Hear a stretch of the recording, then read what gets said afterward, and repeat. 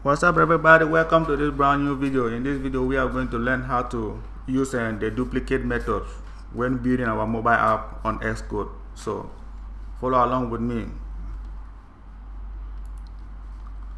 As you can see, I already have my one view controller here on my Xcode. So let me just add another view controller. Here we go. So we just need something to demonstrate. So let me just look for image view, just click and drag.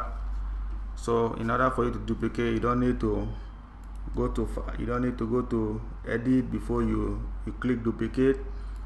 You just need to click on it.